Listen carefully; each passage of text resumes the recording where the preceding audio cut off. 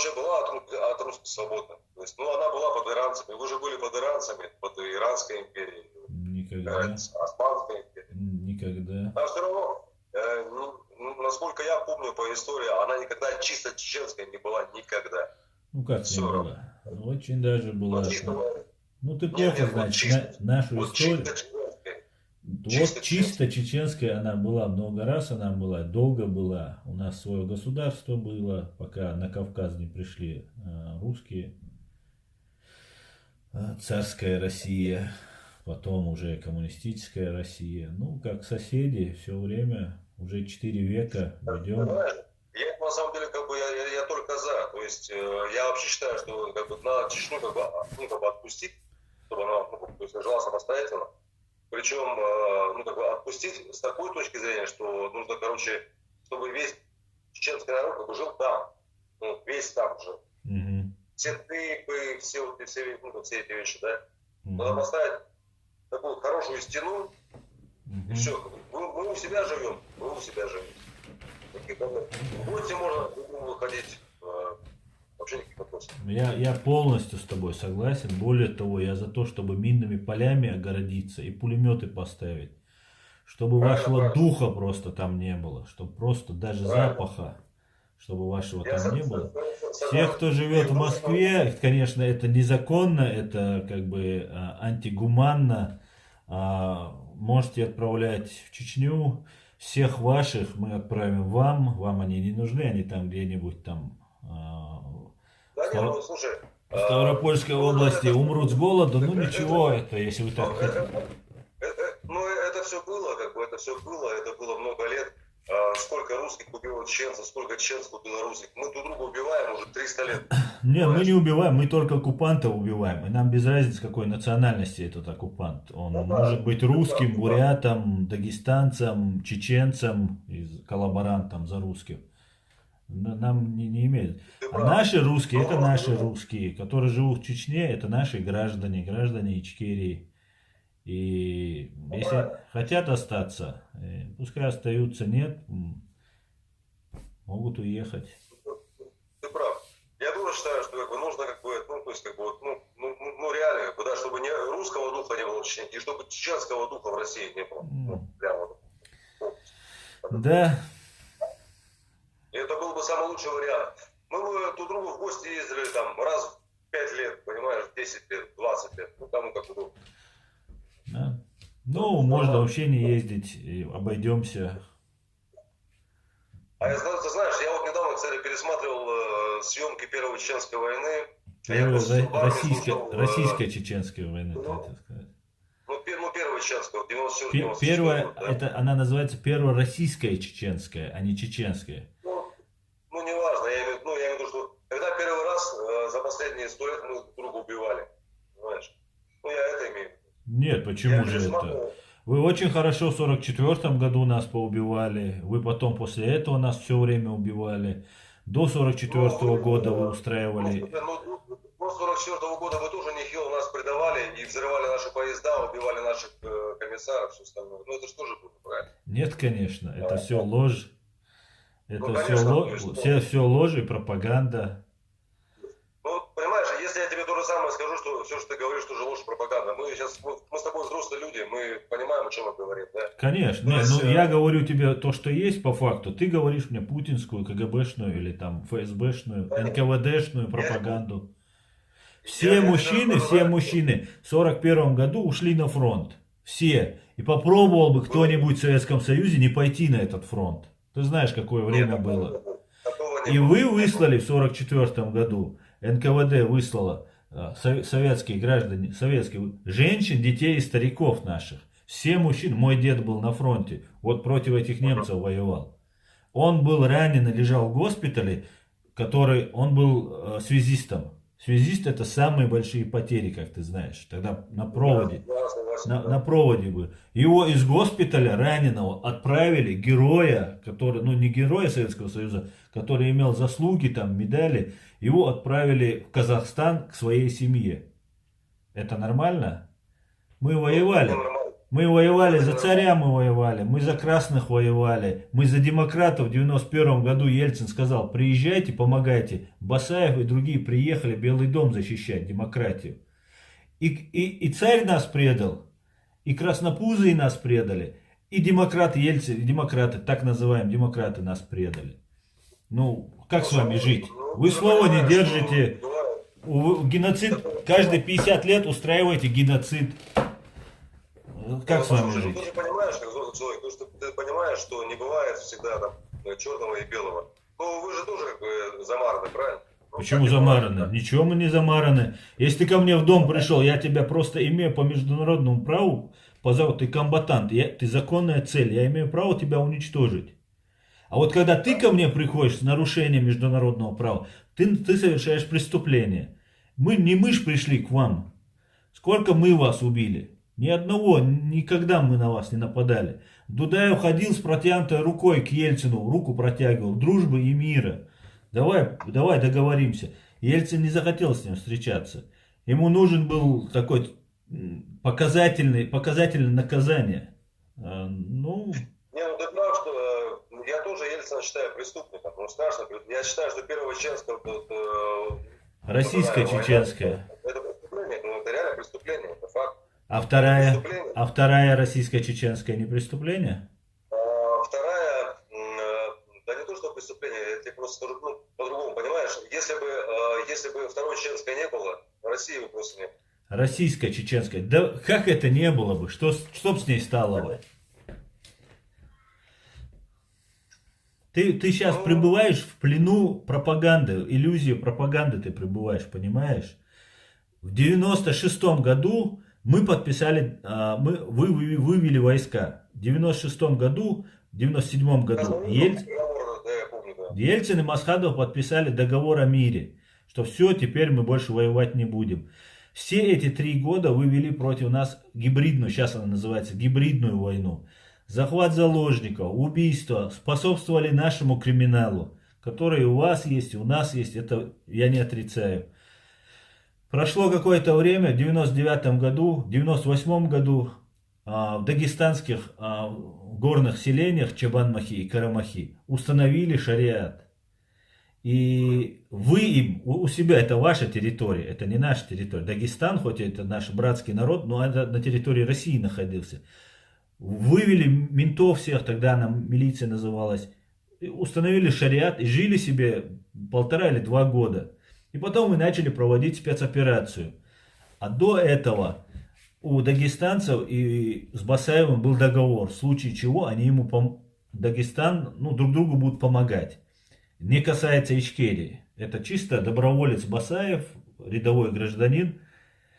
И он пошел помогать спасательную операцию, когда они попросили, что женщин, детей бомбят, помогите вывести, коридор сделать, вывести женщин и детей. Басаев позвал добровольцев, сказал, пойдемте, поможем.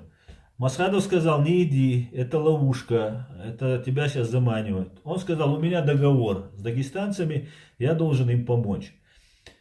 И зашел, сделал этот коридор и вышел. Все. Но это не был поводом к войне, казус белли, да, так называемый. Как сейчас в Украине воюют ваши добровольцы, и это не является казусом белли, потому что нету кадровых офицеров. Вы не признаете, что у вас там нету кадровых офицеров, и что ваша страна не поддерживает. И поэтому это не является поводом к войне. И тогда, в августе или июле, Басаев вышел, и через 1,5 месяца или месяц в Буйнакске, 2 в Москве и 1 в Волгодонске странным образом взорвались 4 дома. Русских граждан, заметь, русских, 307 русских убито, более 1000 было ранено, 4 дома. В Буйнакске, в Дагестане, первый дом взорвался, русских пограничников, между прочим, пограничники это ФСБ. Тогда это еще не было, потом это сделали ФСБ. Пограничники в основном все русские были, которые погибли в Буйнакске. Также я жил в Москве в то время, я это время отлично помню. 2 дома в Москве, 1 в Волгодонске. А в Рязани, черт побери, задержали. И выступает Патрушев, на тот момент министр МВД, на съезде вот этих силовиков. И говорит, мы предотвратили террористический акт. Вот так вот. МВД отлично сработало, задержали, ля-ля тополя. Не, я вот эту историю про ФСБ взрывает Россию, я тоже все знаю, понимаешь? Ну, а вот тогда ты хочешь сказать, что Ельцин хуже Ельцин хуже Путина? Путин, по крайней мере, Ельцин для нас тоже такой же военный преступник, как Путин, но он своих русских не убивал. По крайней мере, своих русских он так подло не взрывал спящих женщин и детей. Опять же, ладно, мужчин, хотя их тоже нельзя убивать, мужчин невинных. Там, да, есть и закон, по закону решено, тогда может быть смертная казнь еще применима. Хотя я вообще категорически против смертной казни. Женщин, детей взорвал. И сказал, что это уже был казус белли. Что чеченцы, Басаев проиграл в Дагестане, хотя Басаев практически не столкнулся с российской армией, потому что когда Басаев зашел в Дагестан, русские начали отступать, чтобы его заманить вглубь. И оттуда, когда вернулись чеченцы, которые с ним ходили в этот добровольный поход, они мне говорили, от нас Махачкала находилась там в 2-3 километрах, нам надо было просто зайти в Махачкалу, и там можно было воевать месяцами и годами. Там, и народ поддержал бы. Но у Басаева не было задачи воевать. У него задача была просто их вывести. И он вернулся. И русские даже не поняли, что произошло. Они хотели, чтобы он зашел, повоевать. И вот это уже казус белли. Это не перед чеченцами. С нами вы как бы не считаетесь. Ну, своим народом тоже не считаетесь. Это было перед Западом показать. Потому что нас поддерживал Запад. Мы стремились в Европу. У нас были там с немцами, с англичанами, с американцами хорошие отношения. Но случилось то, что случилось. Взорвали дома, и на этой волне Путин вошел. И когда он вошел, и когда уже начали раскапывать, и выяснилось, что все-таки это были теракты устроены. Кстати говоря, это единственный террористический акт чеченских, в кавычках, террористов, который засекречен на 75 лет.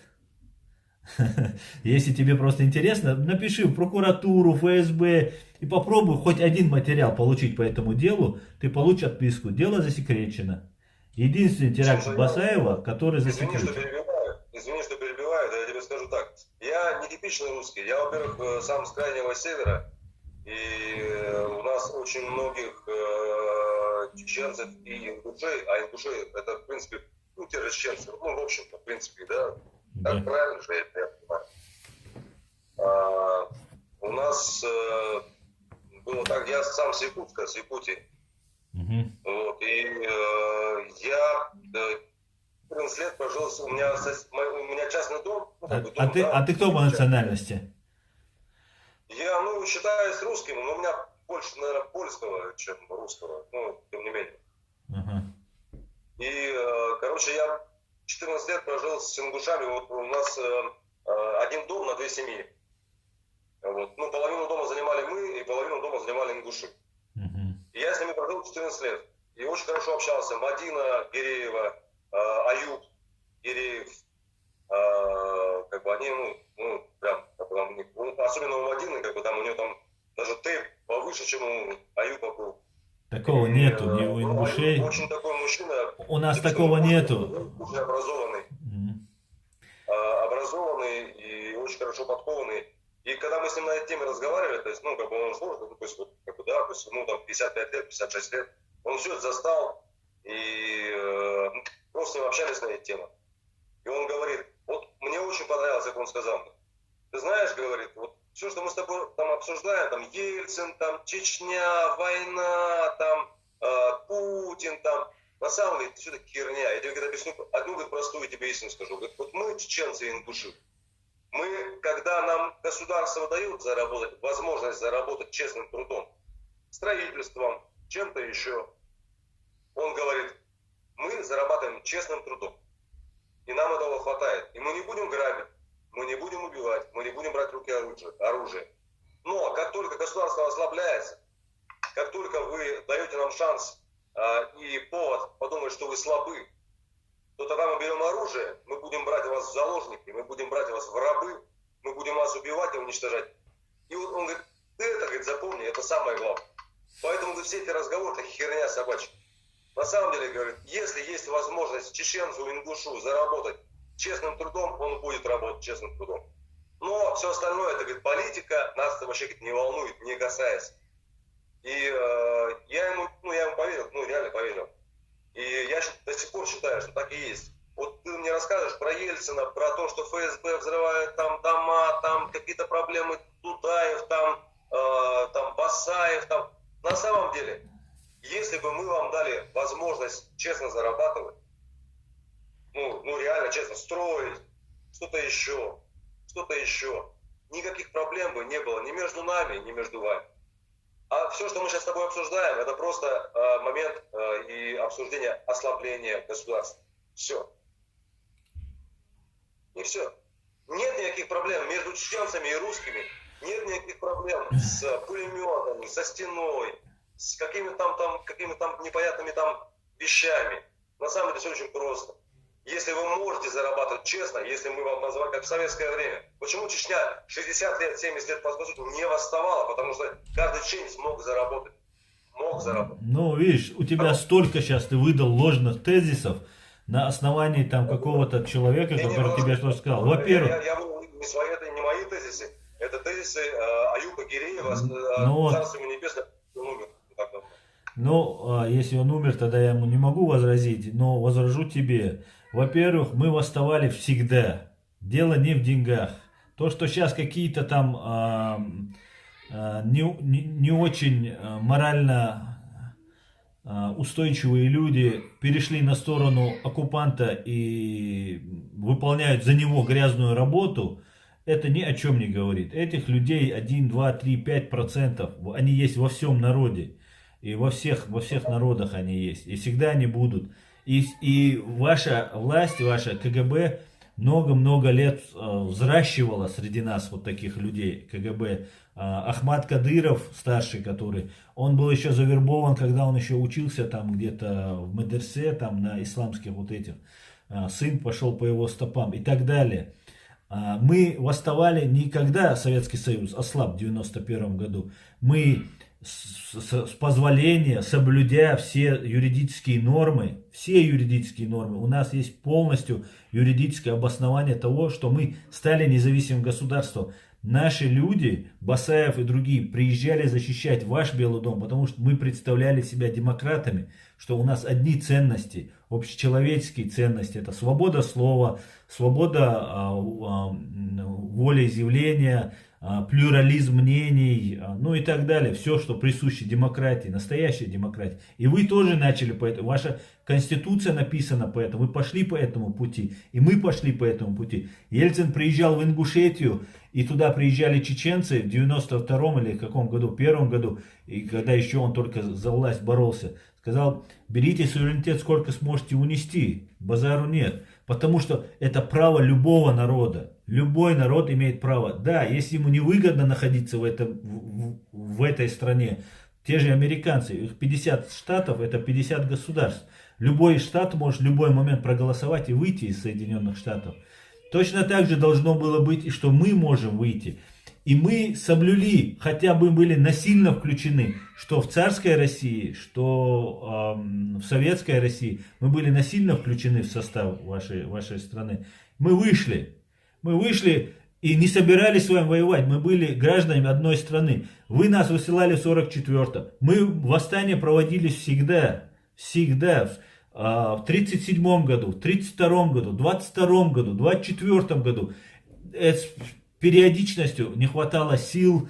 Многие были заражены этой коммунистической идеей. Многие чеченцы поддерживали эту идею коммунистическую. Не только русские. Ну, потому что она, в принципе, она была привлекательная, эта идея. И поэтому мы пытались вести себя с вами по-человечески, но вы не понимаете человеческого языка. Вы империя. Вы русский, даже самый захудалый бич, который в собственной луже лежит под забором, он мнит себя великим русским, который владеет самой большой страной в мире. Даже вот этот бич, он согласен лежать в этой луже, но не отпустить Чечню. Вот это у вас так, ну я вас знаю, и вы так воспитаны, что вот мы великие такие. Человек ничто для вас. Важна страна. Вот в этом воспитании. И мы вот, никогда не захватывали заложников. Заложников начали захватывать в первую войну. Первую вы начали захватывать. Вы захватывали наших женщин, детей, молодых мужчин, захватывали в плен, убивали их и продавали нам их трупы, чтобы мы могли их захоронить. Это было в первую войну. Когда закончилась первая война, да, люди были вооружены, да, люди были очень обозлены на то, что делала ваша страна.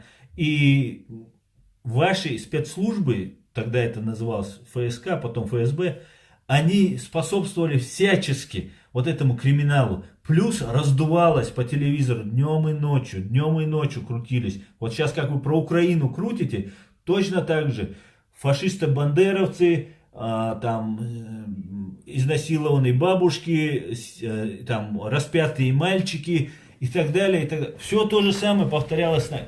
Просто надо много-много раз повторить одно и то же по телевизору, и человек в конце концов думает, ну может в чем-то правда все-таки есть, может на самом деле, они там, людоеды. И вот так нас представляли. Мы будем воевать с вами, даже если вы нас золотом будете осыпать. Мы всегда будем против того, чтобы быть в вашей стране. Потому что мы боремся не за деньги, мы боремся за свою государственность, за то, чтобы войти в международные институты и быть защищенными от вас, чтобы вы опять не повторили над нами геноцид. Если вы будете хорошими соседями с нами, мы с вами согласны жить, давайте. Но вы абсолютно ненадежны. Вы подписываете с Украиной Будапештский меморандум, она сдает вам атомное оружие. Через 20 лет вы нападаете на Украину. Вы подписываете в 1997 году с нами договор о мире. Через 2,5 года, в 1999 году, взорвав свои дома, вы нападаете на нас опять. Это всегда, везде и всюду так. Вы уважаете не силу права, а силу. Силу уважаете. Вот ваш. А разве чеченцы уважают не силу в чистом виде? Конечно нет. Конечно нет. Вы очень сильно ошибаетесь, что мы, это тоже стереотип, что мы какие-то такие безбашенные воины, которые там воюем при любом удобном случае. Нет. Мы воюем только за святое. А святое это наша Родина. Вот для меня было открытие, на самом деле, я вот для интереса просто посмотрел на YouTube ролики, вот, допустим, да, то есть когда вот первая чеченская кампания была. Российско-чеченская война это. Уважаемый, как тебя зовут? Алексей. Меня Аслан зовут. Это называется чеченская война, она была бы, если бы чеченцы напали на чеченцев. И российская она была бы, если бы русские напали бы на русских. Это российско-чеченская война и не кампания. Это полноценная война. Пусть будет, пусть будет. Я имею в виду, что я когда смотрел просто, да, вот я смотрел со стороны наших федералов, когда воевали, да, смотрел ролики со стороны чеченцев, да, и мне казалось, я абсолютно в этом уверен, что вот весь цвет чеченской нации погиб как раз в этот период, с 94 по 96. Там даже самые простые мужики, которые в руках автомат держали, они разговаривали, понимаешь, у них даже не было мусорных слов в речи. То есть он по-русски очень грамотно говорил. Он рассказывает о себе, я вот учитель, да, вот я вот в руки взял автомат. Совершенно верно, Алексей. Русскому языку, да, литературе. Мы похоронили цвет нации, это совершенно верно. Да, и я понимаю, что на самом деле вот, действительно, это факт, как бы, да, то есть тогда погибли, действительно, и с вашей стороны, и с вашей стороны, и с нашей стороны, там, очень много ребят, которые, так случилось, они попали в эти жернова, их там перемололо, их всех там поубивало и все остальное. Но дело не в этом, дело в том, что, я забыл, честно говоря, о чем хотел сказать, для меня сейчас просто перед глазами стоят эти парни, да, которые, рассказывают, на камеру рассказывают. Но я к тому, что, как бы, маленько не в тему, я вот с украинцами тоже разговариваю, да, вот на эти темы какие-то, в чат рулетке тоже, да, общаемся.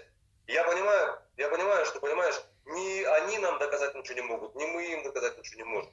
И поэтому вот с украинцами я разговариваю очень просто, я говорю, ребят, слушайте, скорее всего будет так, будет так, если вдруг, не дай бог, будет так. То есть, скорее всего, победит просто сила оружия, и все. Да, сила оружия, и победят украинцы. И мы будем им это помогать. И настоящие русские тоже им будут помогать. Я ты понимаешь, я почему-то так вот, как бы, ну, не уверен в этом, потому что, ну, как бы не уверен, потому что я вот с ними разговариваю, насколько у них отношение к своей стране, как они вот заряжены, понимаешь, на войну. Они вообще на войну не заряжены, ни хера вообще не заряжены, абсолютно не заряжены. Ну, если бы не были не заряжены, вы бы уже в Киеве были бы. Если бы вы не получили бы отпора, вы были бы в Киеве. Здесь олигархи, здесь деньги, здесь политика. Тут не сила оружия. Вообще не сила оружия. Абсолютно. Ну ладно, перестань. Сейчас... Если бы добровольцы не вышли бы, не стали бы на защиту, и ваши войска не были остановлены там под Дебальцево, там под Донецком, то вы пошли бы дальше. Вам дали отпор, вы остановились. Ну вот у меня, допустим, друг, он как раз таки живет в Славянске, жил как бы, да, в Донецке. Ну, по Донецку получается. Ну какая там, там реально был котел, как бы, но это был котел, как бы, не русский котел. А знаешь, как было? Вы дали им слово офицера, русского офицера, сказали, проходите, а потом просто их расстреляли. Вы с нами то же самое сделали, знаешь. У нас нашего президента Аслана Масхадова, который принимал ваш президент Ельцин в Кремле, подписывал там ля-ля, тополя там, и Масхадову сказали, Аслан, можем вести переговоры. Масхадов был на любых условиях. Мы не сумасшедшие, мы не хотим свой народ просто, как ты говоришь, мы цвет нации хоронили. И плюс женщин, детей хоронили. У вас хотя бы взрослые погибали, только взрослые мужчины, а у нас женщины, все дети страдали. И ему сказали, давай переговоры устроим через там человека, через связного. Ему сказали, давай, с тобой хотят устроить переговоры, ты прекрати военные действия, заключим мир там на каких-то условиях, ну там на плохих условиях для Чечни, там какие-то будут условия, давай договариваться. Масхадов сказал, да, я без предварительного условия готов заключить договор. Спустился откуда-то с гор, где-то там он был, спустился на равнину. Об этом узнали ваши, что он уже спустился. Оцепили это село Толстоюрт, где он находился. И начали зачистку. Человека, которого позвали на переговоры, окружили, вычислили в каком доме, потихонечку круг скужался, и они в конце концов нашли дом, в котором он находится. Ему сказали, сдавайся. Он предпочел смерть, чем сдаться в плен, потому что если бы он сдался бы, мы проиграли бы идейно. Он был наш флаг. И не один наш, у нас погиб Дудаев. Сколько ваших президентов погибло на войне? Ни одного. Никогда за всю историю. У нас Дудаев, Масхадов, Абдулхалим Садулаев, Зелимхан Яндербиев. 4. После этого Докка Умаров, который потом уже расформировал уже Ичкерию, там уже ударился исламский радикализм и так далее. Но при всем при этом он тоже до конца прошел и не сдался. 5 президентов. А Масхадова вы вызвали на переговоры. Где это видано? Вызывать на переговоры? Точно так. И как у вас? Победителей не судят. Все, мы победили, все. Молчите. Но мы не будем молчать, Алексей. Мы всегда будем. Мы будем всех... Те преступления, которые у нас совершены, они без срока давности. Мы будем всех привлекать к уголовной ответственности. Через 20 лет, через 30 лет. Моссад, вот эти спецслужбы израильские или какие-нибудь английские Ми-6, это покажется детским садиком по сравнению, как мы будем находить этих людей, привозить или в Гаагу, в Нидерланды, или у себя в городе Джахаре мы будем проводить суд над этими людьми. 90 лет им будет, 100 лет им будет. Не рядовых. Вот этот генералитет, который виновен во всем, всех мы просто физически, наверное, не сможем. Именно кто совершал военные, и рядовых, которые совершали военные преступления. Не в бою убивали нас. Об этом мы договоримся, когда мир заключим. А рано или поздно мы его с вами заключим. Или мы будем вести до конца. Нас здесь в Европе 300 тысяч. Это 30% от всех чеченцев. В Чечне находится около 400-450 тысяч. Может быть 500 000. Эти люди в страхе живут. Все, что я тебе сейчас говорю, за то, что я тебе говорю, мои родственники дома будут за это подвергнуты гонению, убиты, не говоря уже о том, что со мной сделают все, что угодно. И сделают при удобном случае. Пока я им не досягаем. И вам придется Крым вернуть. Ты понимаешь? Дело в том, что вообще на самом деле почему так происходит, понимаешь? Потому что вы имперцы. Потому что ваша империя требует новых территорий. Аслан, ты пойми, мы не можем быть не империей. Ты же должен понимать. Конечно, можете и будете не империей. Англия перестала быть, Италия перестала, Франция перестала, и вы перестанете. Аслан, ты же понимаешь, что Англия не перестала быть империей. Ты до конца понимаешь? Конечно, перестала. Конечно, перестала. Нет, конечно. Если, допустим, если премьер-министр Канады избирается напрямую к английской королевой, ну как она перестала быть империей? Ну, Они перестань. просто изменили форму Никто не власти. избирается. О чем ты говоришь? Да, у Англии, например, той же Индии, куда они вложили огромные там силы, средства, человеческие жизни при завоевании вот этой Индии, они вложили туда деньги, у них там бизнесы. И, конечно, Англия оттуда сосет. И Индия на второстепенных ролях даже у себя в стране. Но это все по закону. Будь любезна, Россия, вложи в Чечню миллиарды, выйди оттуда, мы будем соблюдать закон, построй заводы и скажи, я буду отсюда нефть качать. Ну, Я просто понимаю, о чем я говорю. То есть, понимаешь, дело в том, что я как бы, читал об этом. То есть ты можешь просто открыть Конституцию Канады и посмотреть, кто назначается и кем назначается в Канаде, кто назначает премьер-министра Канады, Новой Зеландии, Австралии, Мальты. И ты поймешь, что на самом деле Британская империя никуда не исчезла. Она как была, так и есть. нету Британской империи. Ну, конечно, какие-то колонии у нее, может, и остались, но по факту уже нет. Ну а как определяется империя? Империя определяется колонией. Колонии. То есть, если есть колония, она является империей. И все, тут ничего не сделаешь. Не назначает ни в Австралию, ни в Новую Зеландию. Англия никого не назначает. Есть еще такая, я просто к теме подготовлен, как бы, да, то есть там говоришь, там пропаганда, не пропаганда, я тебе просто приведу пример. Есть такая книга 1824 года некого господина Ткачева, по фамилии Ткачев. Книга называется, я читал ее в оригинале, отсканированную еще на старом русском до реформированном языке. Она называется «Чеченцы и ингуши в семействе терских народностей». Вот очень рекомендую к прочтению, потому что там на самом деле все, о чем ты говоришь, как бы там это все описано. Я не верю ни одному слову русской, советской, этой царской русской пропаганде. Вы все придумываете про нас. Вы не знаете, да, вообще, когда вы говорите тейпы какие-то, вот ты только что говорил, там была Мадина, был парень, у нее тейп был повыше. Нету такого понятия. Нету ни у ингушей, ни у чеченцев тейп выше, тейп ниже. Вообще нету этого. Есть богаче, повлиятельнее, понимаешь? Нету. Есть человек, ну вот у них сейчас есть кто там, вот миллиардер Гуцериев. Я даже не знаю, какого он тейпа.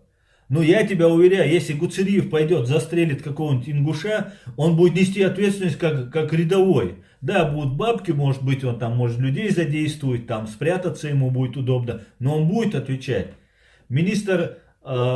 Племянник министра внутренних дел Ингушетии застрелил тогда Магомеда, там одного активиста ингушского. Застрелил просто, он сам мент был, застрелил человека за то, что тот критиковал власть. Племянник министра внутренних дел. После того, как он его застрелил, через 2 или 3 года он был сам убит. Я говорю, то есть вот эта книга на самом деле, да, вот называется, которая называется, как тебе назвал, «Чеченцы и ингуши в семействе терских народностей», она называется полностью.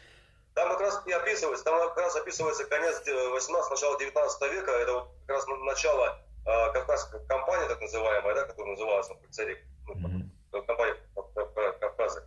Там описывается, как чеченцы резали ингушей, как ингуши резали чеченцев, как они, то те, то другие объединялись с казаками, как они друг против друга выступали, как тейпы против тейпов, как кровные войны, вот, кровная месть. Там все описано. Я понимаю, я просто почитал, я понял, что ничего не меняется. Это все ваша пропаганда, это ложь. Само название чеченцы, ингуши терские народности. Ты знаешь, что такое народность? Алексей, ты знаешь просто, что такое народ? Народность — это не сформировавшийся народ.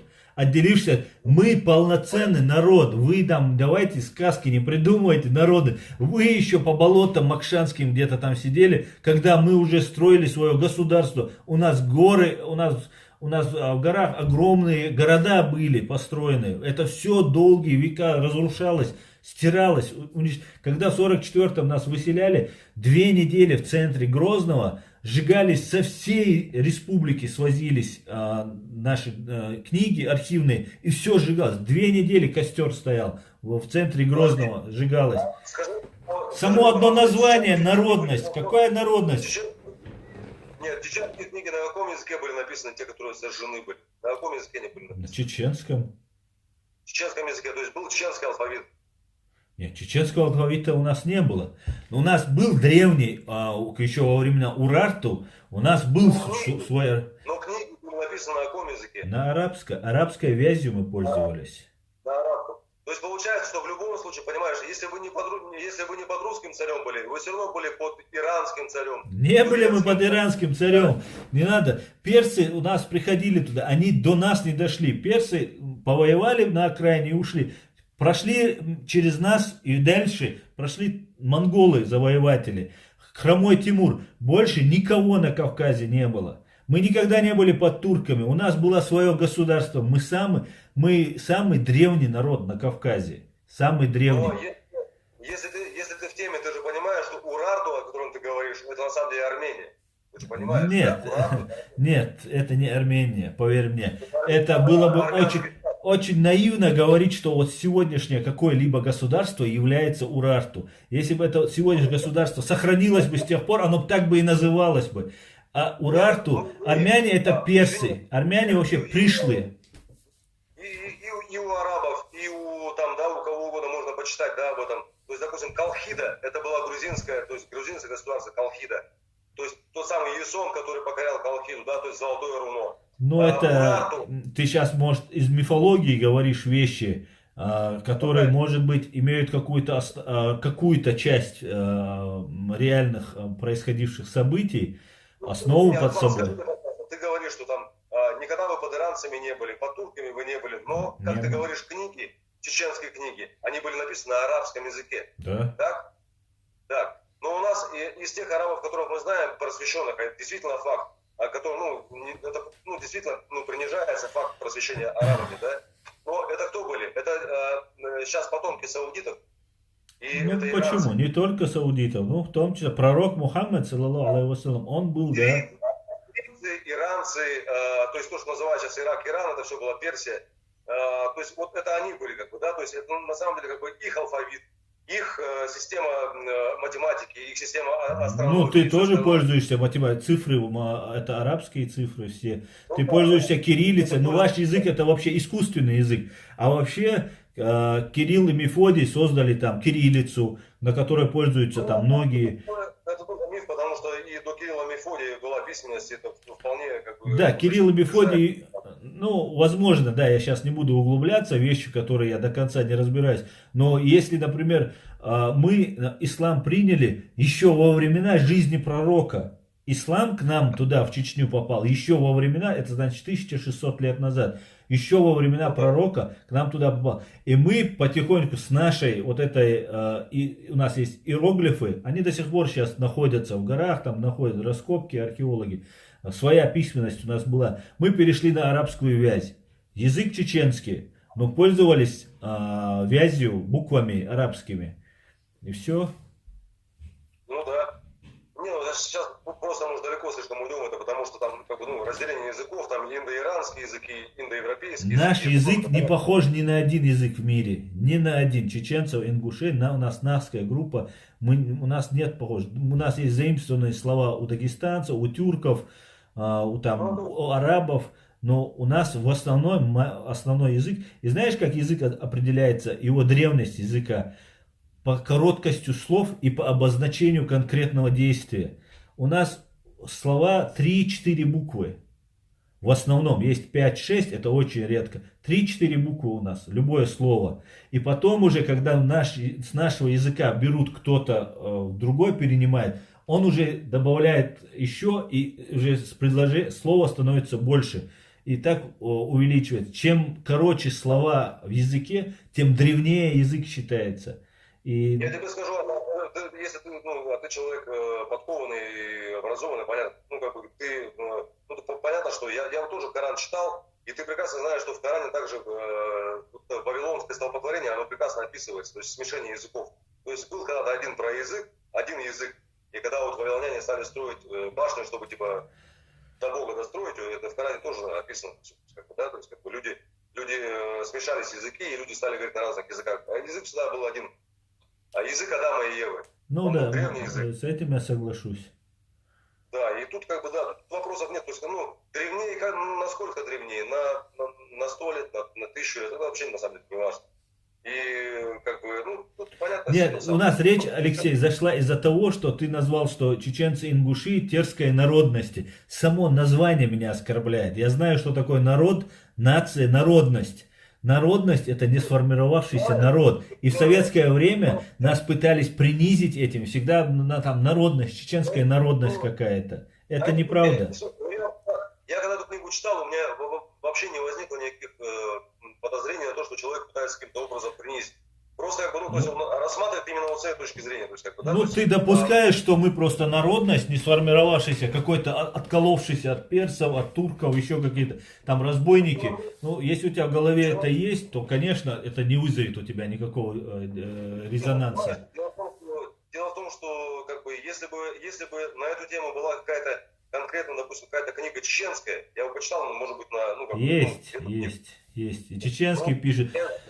При всем при том, что нас очень сильно пытались вот это искоренить, чтобы у нас не осталось истории. У нас есть историки, собирают по крупицам, причем собирают из разных соседних государств, той же Грузии, той же Турции, во Франции. Вот сейчас, благодаря тому, что мы оказались тут в Европе, у нас, вот я в Фейсбуке бываю, там огромное количество разных там фотографий, ну, рисунков, там с чеченской одеждой, там 2 века, 3 века, 5, 6, 7 веков назад. Ну и как бы чеченцы, историки пытаются сопоставить это как-то, иногда где-то завирают, мне кажется, да, но некоторые, ну это мое субъективное мнение, некоторые ближе к истине, некоторые иногда слишком, там уже, как армяне там считают, что чуть ли не весь земной шар произошел от них. У нас такие тоже появляются, что говорят, что вот это от нас, там ля-ля тополя. Но мы пытаемся, но вы сделали за 4 века очень большую работу для того, чтобы у нас не осталось истории. Но у вас не получилось. Ну, результат был, конечно, но далеко до завершения того, что мы сдались. Да, мы сейчас потеряли огромное количество людей. Мы потеряли 30% нации от граждан Ичкерии. Там и русские туда входят, потому что очень много в Первую войну российско-чеченскую погибло русских, которых выжили, бомбили. И 42 тысячи детей у нас погибло. Это от миллионной нации, от миллионных граждан Ичкерии погибло 30%, за 2 войны погибло 30%. 42 тысячи, 26 тысяч незаконно осуждено сидят. Ну, инвалидов огромное количество, десятки тысяч. Психических травм и моральных травм, это не подсчитано, неизвестно. Материальный вред вы нам нанесли за 2 войны. 350 миллиардов долларов вы нам нанесли. У нас разрушена была вся инфраструктура, все заводы, фабрики. Но как бы загажена вся экология. Но нас тут очень много, и мы не сдаемся. Давай заканчивать наш разговор. Как бы я считаю, что нам все равно в любом случае никто из нас не победит до конца, потому что из той же книги, которую я читал, то есть я прекрасно понимаю, что чеченцы на самом деле не сдадутся никогда. И, по-моему, даже в чеченском языке нет такого слова «сдаться», да? Если не ошибаюсь. Нет, по-моему, я даже никогда, я просто не знаю, никогда не произносил этого слова. Этого слова просто нет. Вот, и поэтому в любом случае придется договариваться. Мы вас победить физически не можем, Алексей, я это признаю. Это факт. У вас есть атомное оружие, одна боеголовка, и от Чечни останется пустыня Гоби на 100 лет. Это я признаю. Но по факту вы не можете на нас бросить эту бомбу, потому что вокруг тоже вы находитесь, вашей территории. Да. Ни один по-настоящему имперский народ никогда не применит такое оружие. Поэтому американцы, на самом деле, как бы они там из себя что не строили, на самом деле они империей не являются, они слишком слабы для этого. Они потому что однажды уже применили атомное оружие. Американцы это те, кто вам поставляет окорочка Буша, поставлял, когда вы с голоду умирали. И на этот раз, буквально через 2-3 года, опять вам будет. Потому что вы будете на всех условиях говорить: все, мы возвращаем Крым, мы не хотим ничего, дайте нам сохраниться как государство, как нация. Но при этом вам придется уйти с Кавказа полностью, не считая Ичкерии, уйти с Крыма и с Украины. Ну, если ты считаешь так, ну, как бы я так абсолютно не считаю, то есть я считаю, что этого не будет. А это, конечно, абсолютно не будет. Ну, точно совершенно. Ну, тогда вы вымрете, вы как будете друг как раковая опухоль, себя внутри, как Сталин убивал, так ваш будет Путин убивать. Понимаю, я думаю, что такие же разговоры могли между собой вести, скажем, там, скажем, какой-нибудь представитель Римской империи 2000 лет назад, скажем, да, и какой-нибудь там, ну, представитель, допустим, там, какой-то англосакс современный, да, и англосакс какой-нибудь там 2000 лет назад, так говорит, типа, рано или поздно вы рухнете там. Ну, это понятно, да, но на самом деле, ближайшие 5-50, мы с тобой не доживем до этого момента, Аслан, мы с тобой не доживем до этого. Я надеюсь, я доживу до этого. Молю Бога, чтобы дожить. Тем не менее, ну дай Бог, да. Но тем не менее, как бы, да, давай на этой хорошей ноте расстанемся, как бы, да, хорошо пообщались. Все, счастливо. Счастливо. Пока.